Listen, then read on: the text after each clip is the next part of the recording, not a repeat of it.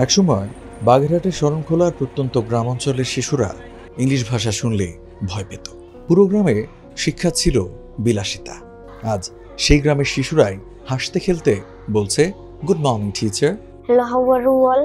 I'm also fine, thank you. And I'm sorry before you speaking. My father Shohidul Ghazi Amerson and my mother Shahnaz Begum Housewife.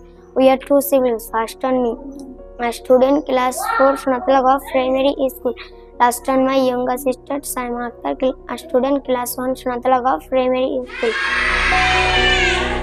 এই পরিবর্তনের নাম climate smart education, যা বাস্তবায়ন করছে climate adaptation plan society caps. বাগেরহাটের শরণখোলায় চালু আছে 54টি community learning centre. সেখানে 375 জন শিক্ষক পড়াচ্ছেন 2000-এর বেশি শিশুকে। Nice to meet you. Nice to meet you. Okay, nice to meet you. Thank you. What's your name?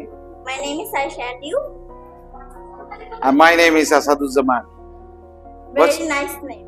Okay, thank you. Where do you live? I live Tafalbari. I live in Tafalbari. Apalbari. Okay, fine. শিশুদের দ্রুত সঠিক উচ্চারণ ও বাক্য গঠন শেখানো হয় international Phoenix পদ্ধতিতে। পাশাপাশি মনোযোগ বাড়াতে এবং মানসিক দক্ষতার বিকাশে শেখানো হয় মাইন্ড ম্যাথ। আমি ছোটবেলায় যেরকমের অনাহারে, অর্ধাহারে এবং অভাবক্লিষ্টতার ভিতরে আমি বড় হয়েছি, একটা অভাবী এলাকা এবং সুন্দরবনের পাদদেশে এই এলাকাটায় অনেক হতদরিদ্র পরিবার রয়ে গেছে, যেখান থেকে আমি উঠে আসছি এসএসসি পাশের পরে ঢাকা গিয়েছি। তো আমার এই শৈশবের স্মৃতিটা আমাকে বারবার এলাকায় নিয়ে আসছে। হতদরিদ্র জেলে পরিবারের শিশুদের জন্য বিনামূল্যে দেয়া হয় পুষ্টিকর খাবার ও শিক্ষা উপকরণ। গ্রাম জুড়ে শিক্ষা রূপ নিয়েছে আনন্দ ও খেলায়।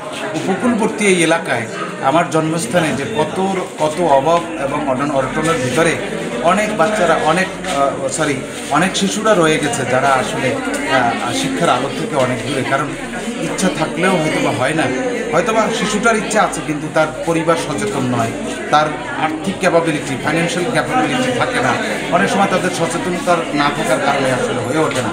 তো আমি যেহেতু আল্লাহর কৃপায় এরকমের একটা পর্যায়ে একজন শিক্ষক হয়েছি ঢাকার মতো একটা জায়গায়, কলেজে, তো আমার একটা রিয়েলাইজেশন কাজ করছিল যে আমি আমার মতো যারা আমার ছোটোবেলার ওই স্মৃতিটাকে মনে করে যখন দেখলাম যে না, এরকমের আমার ছোটোবেলার মতো অনেক ছেলেপেলে আমাদের এলাকায় রয়ে গেছে, তাদেরকে আমার একটু সার্ভিস দেওয়া উচিত।